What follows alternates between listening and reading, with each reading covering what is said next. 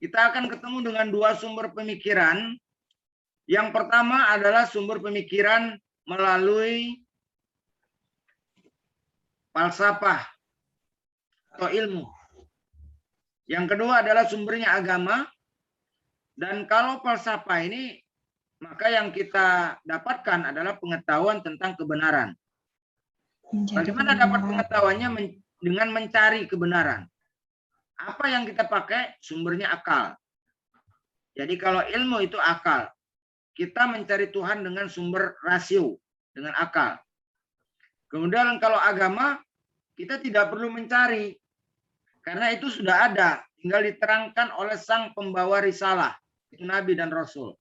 Ini bedanya wahyu. Maka agama akhirnya menjadi dua dalam disiplin ilmu. Ada agama langit disebut agama samawi, yaitu agama wahyu, yaitu Yahudi, Nasrani, dan Islam.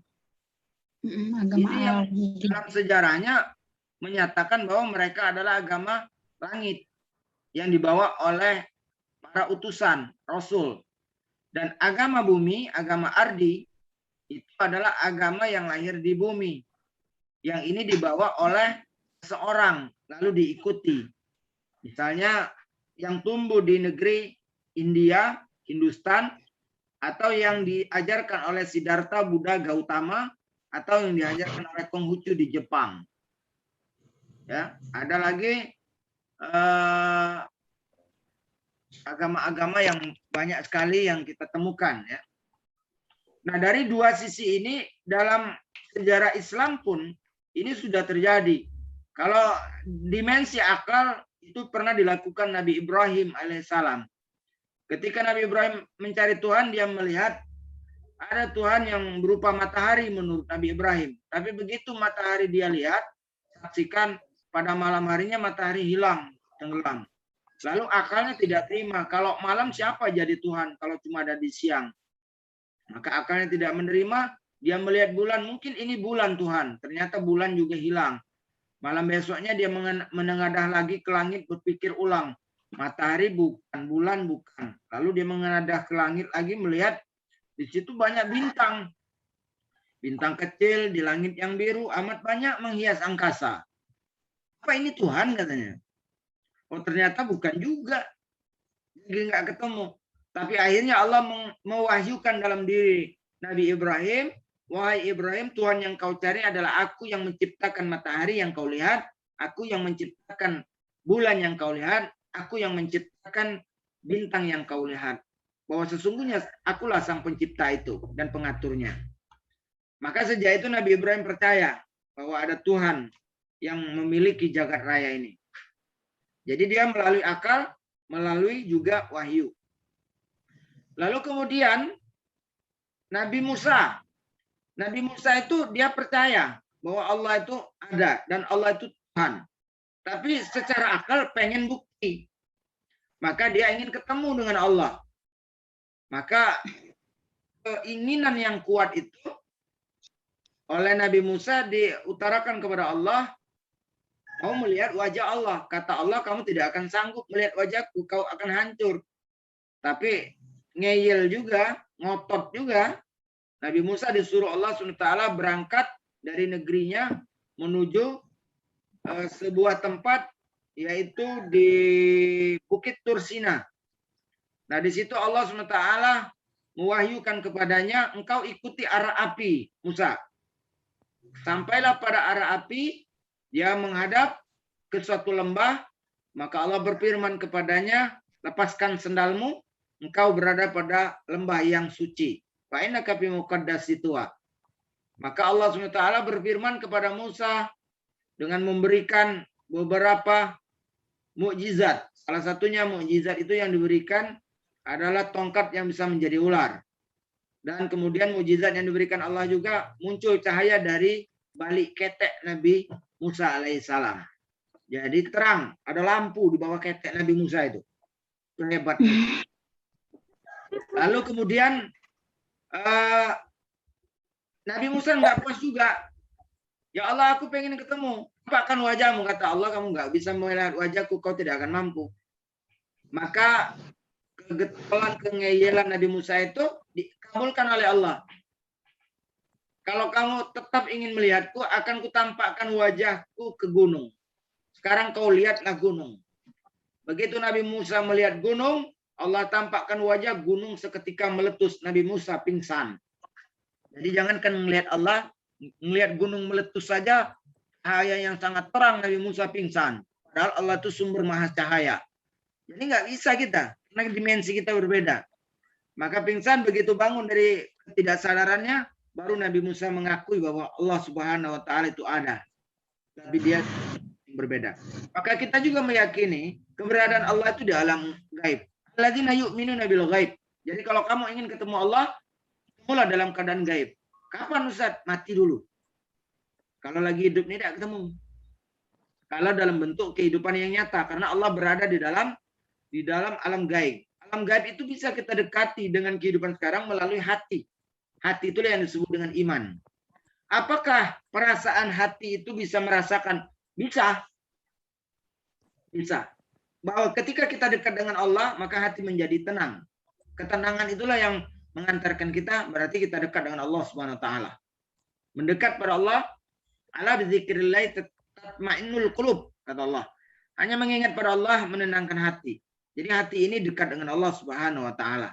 Anak-anak sekalian, kalau perasaan sedih itu ada, kita meyakini dan itu ada, dan sampai hari ini tetap ada.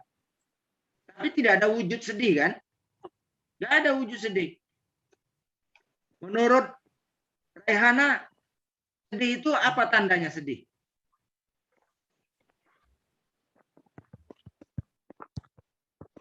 Bapak, Tanda sedih itu apa menurut kamu? sedih itu ungkapan perasaan, Pak. Ya, tandanya apa? Kalau kamu lagi sedih. Sedih yang sangat sedih. Tidak kedengaran, Pak. Putus-putus, Pak, suaranya. Kalau kamu lagi sedih, tentu ada tanda. Sedihmu yang paling sangat sedih itu tandanya apa? Akan ada masalah. Masa nggak tahu? Ada masalah yang akan datang. Puja Damayanti. Akan ada masalah yang akan datang, Pak. Ya, apa tanda kesedihanmu itu? Menangis, Pak. Menangis. Menangis kan? Nah, itu yang tampak dalam kenyataan, menangis. Tapi tidak semua menangis tanda sedih. Anda gembira juga sedih, Anda gembira juga nangis. Pada saat pernikahan, karena yang dipuja-puja dapat dalam genggaman, begitu akad nikah menangis. Apakah kau sedih dengan pernikahan ini? Tidak, saya bahagia. Rupanya tangisnya bahagia. Ternyata tangisan tidak mewakili kesedihan dan tidak juga mewakili kebahagiaan. Itu emosi namanya. Emosi yang berlebihan bisa ditandai dengan kesedihan. Artinya sedih itu ada di dalam perasaan-perasaan, itulah di hati letaknya. Jadi kalau kamu mencari keimanan, keyakinan pada Allah, pakai hati, jangan pakai akal pikiran. Akal pikiran itu tidak akan pernah sampai dalam rasa. Nah, untuk mengungkapkan rasa itu tak cukup kata untuk melukiskannya. Wow, kalimat ini susah ya. Baik anak-anak sekalian, jadi itu. Nah ini, la ilaha illallah. Tiada Tuhan kecuali Allah. Kita selama ini percaya bahwa Allah Tuhan kita. Tiada Tuhan kecuali Allah. Allah ini kita sebut Tuhan. Dalam konsep kita, kalau tadi Tuhan, kita nyebutnya Tuhan Maha Pengasih, Ar-Rahman, Maha Penyayang, Ar-Rahim, Maha Pemilik segalanya, Al-Malik, Maha Suci, Al-Kudus. Kalau dia Maha segala-galanya, nah ini Allah. Ya, Allah ini ada arti, nggak ada arti. Kamu cari di kamus nggak ketemu arti Allah. Kalau Ar-Rahman Maha Pengasih. Kenapa dia tidak ada arti? Karena dia Maha segala-galanya. Kalau dia ada arti, maka dia terbatas oleh arti. Tuhanku adalah pulpen. Maka pulpen ada artinya, alat untuk menulis. Hanya kemampuannya sebatas menulis saja. Tapi selebih dari menulis, dia tidak punya kemampuan. Tapi Allah, Tuhan yang kita sembah, itu adalah Tuhan Maha segala-galanya. Jadi dia kemampuannya adalah kemampuan full. Yang terbatas. Awalnya paling awal, akhirnya paling akhir. Seperti apakah Allah? Laisa kamitslihi syai'un. Tidak ada yang serupa dengannya. Maka itu kita sebut Tuhan. Kita angkat dia sebagai Tuhan. Kita proklamirkan dalam syahadat kita. Asyhadu alla ilaha illallah wa asyhadu anna Muhammadar Rasulullah. Nah, inilah kalimat syahadat yang kita proklamirkan. Ini penyebab pertama adanya Maha Esa, pengatur perjalanan alam. Tuhan Allah dipuja dengan kecintaan, tunduk pada tempat berpasrah, saat kesulitan berdoa, bertaubat, kemesalan diri, minta perlindungan, menimbulkan ketenangan saat mengingat, terpaut cinta kepadanya. Ibnu Taimiyah. Ini menurut Ibnu Taimiyah. Ya, banyak definisinya ya. Nah, saya akan lanjut sejarah pemikiran Tuhan. Awalnya orang percaya dengan Tuhan itu melalui proses. Proses ada di namanya dinamisme. Percaya kepada kekuatan gaib, magic power, bukan magic jar.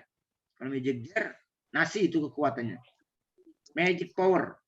Mana Pak magic power? Dulu orang percaya kalau lautan punya kekuatan, langit, jagat raya punya kekuatan. Anda ingat ada film yang namanya yang Crazy apa judulnya? Orang-orang primitif yang dapat botol jatuh dari pesawat bingung karena dikiranya botol itu punya kekuatan. Crazy, Pak. Kenapa? Kiriman Tuhan, maka di situ magic power. Dia bingung kan?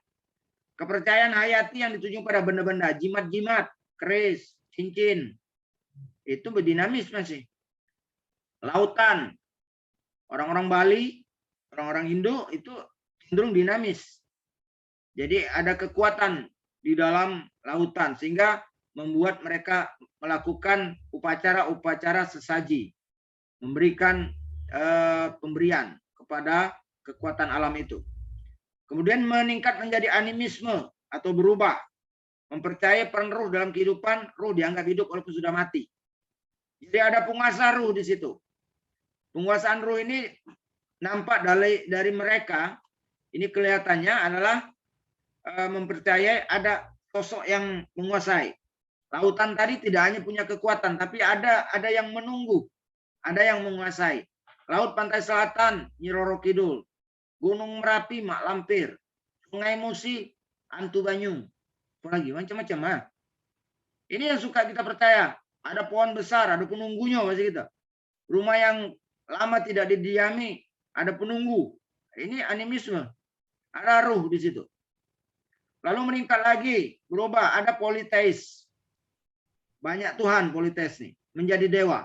Ada dewa air, ada dewa laut, ada dewa kera, Sunggokong, ada dewa babi, Patkai, ada dewa kucing, Wucing ya. Bahkan ada dewa di atas dewa, Buddha, dan ada perempuan juga, ada Dewi Kuan Yin. Banyak sekali Tuhan. Jadi Tuhan ini merajai, rajanya para raja di suatu wilayah. Dewa Bumi misalnya. Dewa Bumi kan pernah ditinju oleh Sunggokong gara-gara tidak mau memberi jalan lewat mencari kitab ke barat. Saya nonton filmnya itu masalahnya. Ya, terjadi perang antar dewa. Maka itu akhirnya berpikir ulang orang. Timbul paham hinoteis. Meyakini Tuhan setelah menseleksi di antara dewa, ada yang punya kekuatan lebih. Oh, ini konsepnya Hindu.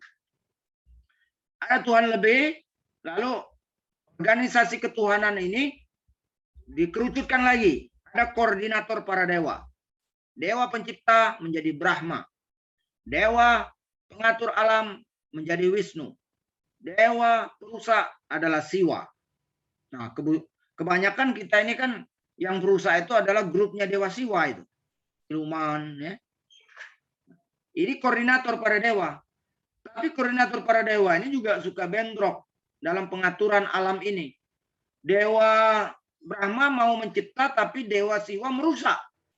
Terjadi pertempuran antar dewa. Jadi pengikut dewa bingung. Pengikut dewa bingung. Inilah kalau terlalu banyak Tuhan. Sementara yang terakhir adalah monoteis. Satu Tuhan untuk seluruh umat. Nah, kalau sudah satu Tuhan, berarti kan Tuhan satu-satunya. Inilah konsep Islam. Qul huwallahu ahad, Allahus samad, lam yalid walam yulad walam yakul lahu kufuwan ahad. Tidak beranak dan tidak diperanakan.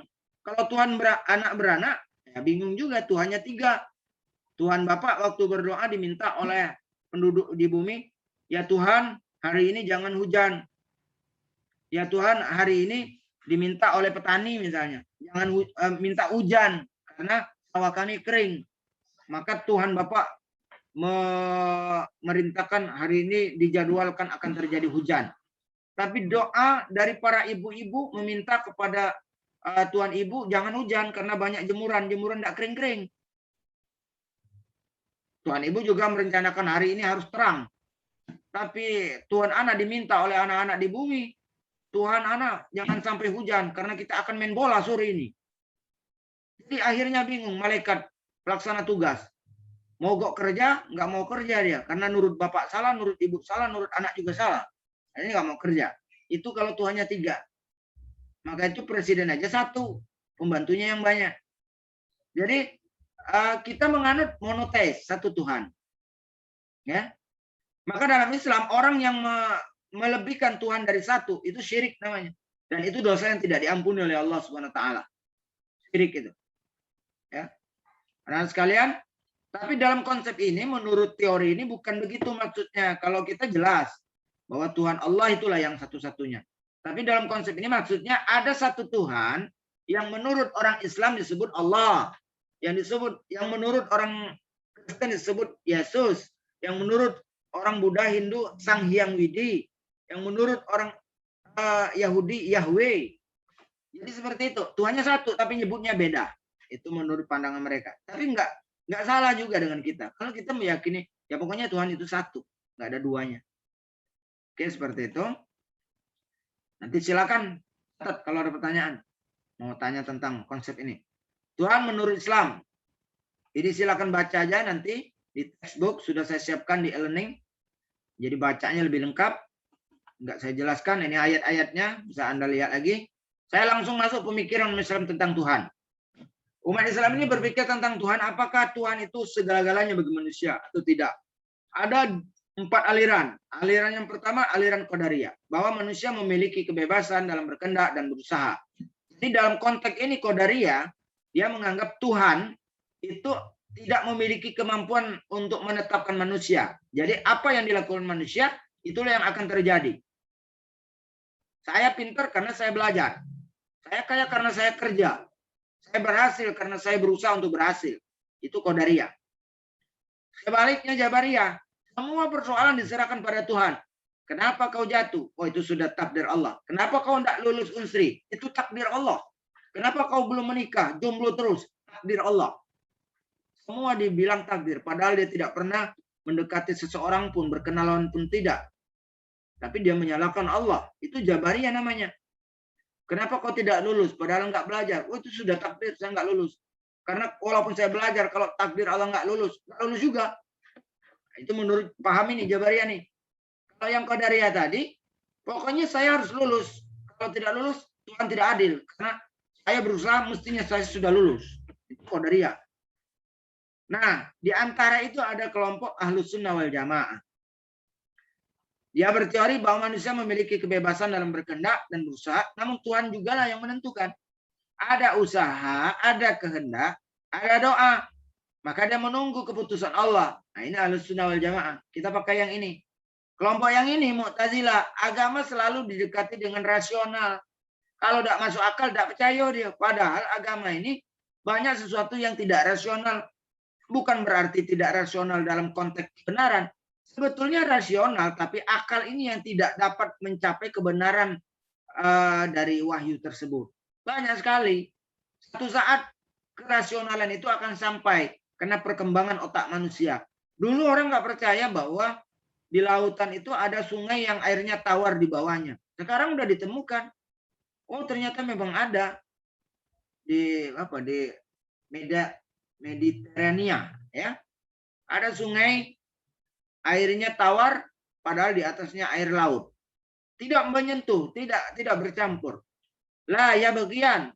Fabi ayyi ala'i rabbikuma tukazziban, kata Allah. Dalam surah Ar-Rahman disebutkan situ. Banyak sekali. Jagat raya kita ini belum tersentuh oleh ilmu pengetahuan. Jagat raya kita. Oke ya. Kaum rasional ini adalah menentukan persoalan akal dalam agama. Maka dia ada konsep yang paling ngetop dia. Orang baik surga, orang jelek di neraka.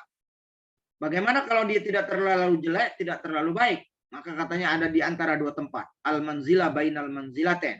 Rumah di antara dua rumah, surga dan neraka, ada tengah-tengahnya. Pondokan mungkin. Amben-amben. Kaki satu di surga, kaki satunya di neraka. Itu konsepnya akal-akalan.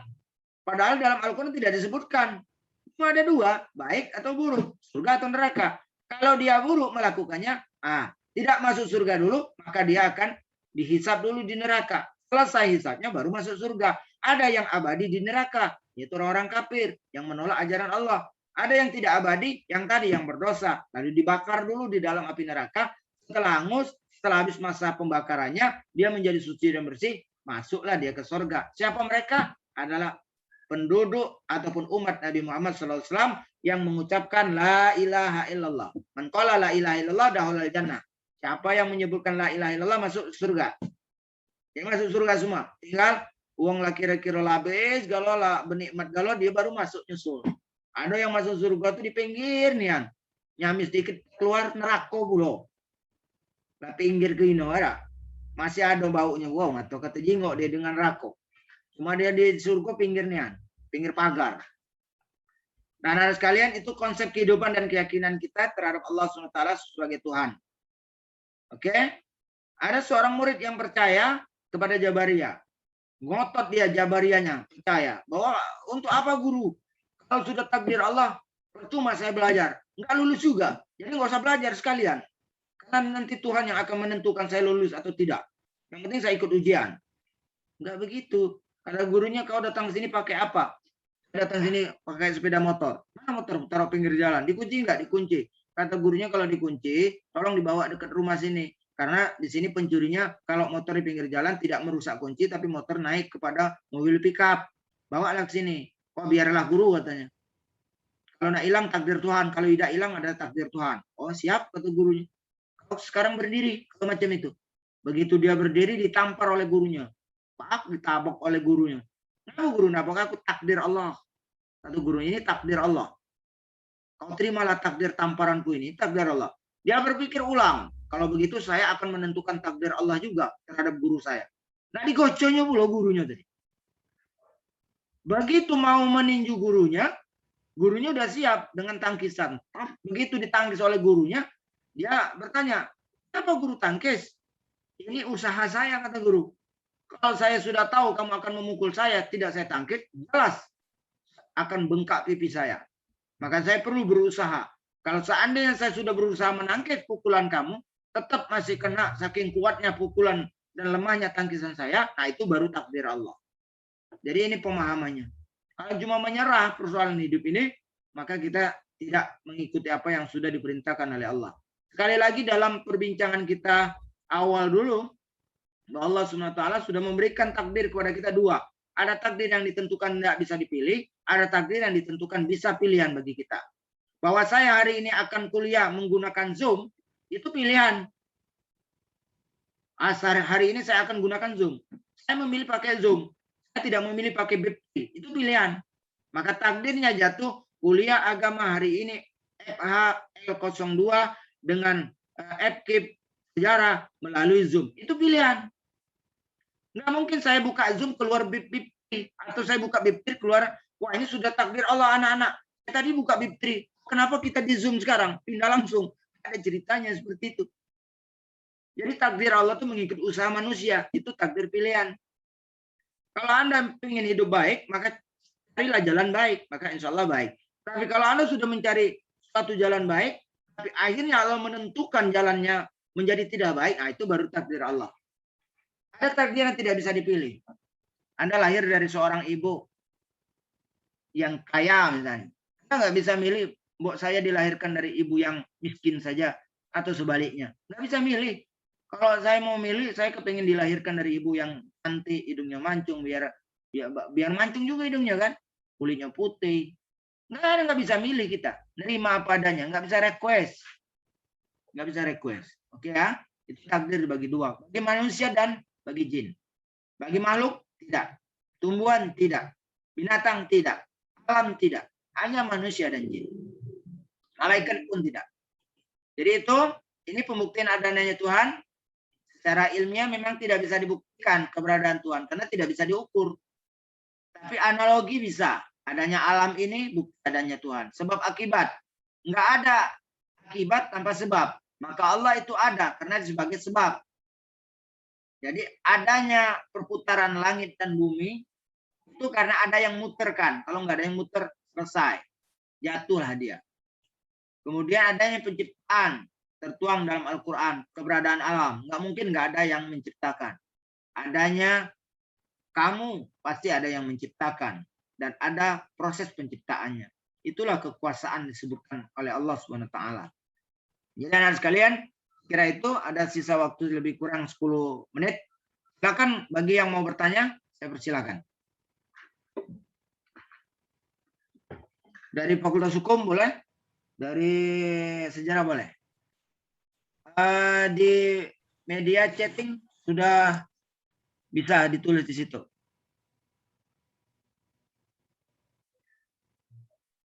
Oh ya, oh ini yang masuk di media ini yang kamera nggak bisa jalan. Silakan kalau ada pertanyaan. Assalamualaikum Pak. Saya Waalaikumsalam. Rehan Nisa dari kelas Layo izin bertanya. Oke, dari kelas Layo di ekip ya. Rehana, silakan. Itu mati tuh itunya, mic-nya mati. Ya, silakan. Mengapa pemahaman seorang mengenai pencipta bisa berdampak pada seluruh pemahaman teologinya? Pemahaman orang tentang penciptaan itu mestinya berdampak pada pemahaman teologi. Arti tentang ilmu ketuhanan. Maka ketika orang menggunakan pemikiran, ya enggak mungkin penciptaan itu tidak ada yang mencipta gitu. Walaupun sang penciptanya kita nggak pernah tahu berada di mana. Handphone yang kamu pegang itu nggak mungkin simsalabim abrahkadabra langsung ada. Pasti ada yang membuat. Yang tahu itu Pak Tarno tuh. Dibantu ya, dibantu ya. Nah itu Pak Tarno tuh. Nah. Simsalabim jadi apa? Nah, itu Pak Tarno itu. Tapi kalau hukum alam pasti ada yang mencipta. Kalau ada yang mencipta berarti itu sang pencipta. Sama seperti kita meyakini bumi ini. Maka secara teologi orang akan berpikir. Dan manusia ini adalah makhluk yang bertuhan. Beda dengan binatang anak-anak sekalian. Orang primitif pun akan mencari ya, mencari. Coba kita lihat. Mereka berkeliling, melihat alam. Lalu mempersembahkan babi yang dipanggang, lalu menari, lalu membunyikan misalnya keliling sambil menari-nari. Itu menunjukkan adanya pengakuan terhadap kuasa di atas kuasa yang ia lakukan. Jadi itu yang dimaksud dengan bahwa alam itu akan menunjukkan orang kepada teologinya, ilmu tentang Tuhannya. Karena manusia punya pemikiran, kecuali yang gila. Nah, kalau gila nggak nyampe pikirnya ke situ. Maka itu inilah yang sebab menjadikan, Pak, apakah tidak adil Tuhan itu memberikan kekafiran kepada orang yang sejak lahir dilahirkan dari keluarga yang non-muslim? Enggak. Karena Allah masih memberikan peluang. Boleh jadi dia lahir dari ibu yang non-muslim, tapi dia menggunakan pikirannya untuk menjadi orang yang muslim yang baik. Ya, muslim yang baik. Sehingga baterai mau habis. Hingga dia akhirnya masuk Islam dengan pemikiran. Banyak kan sekarang yang dulunya Kristen, yang dulunya non-Muslim, masuk Islam gara-gara dia berpikir. Sebaliknya yang orang Islam sendiri murtad. Padahal awalnya Muslim.